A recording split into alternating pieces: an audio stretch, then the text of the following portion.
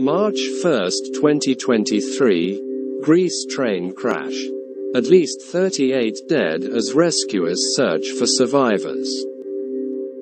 A train with over 300 passengers on board collided with a freight train.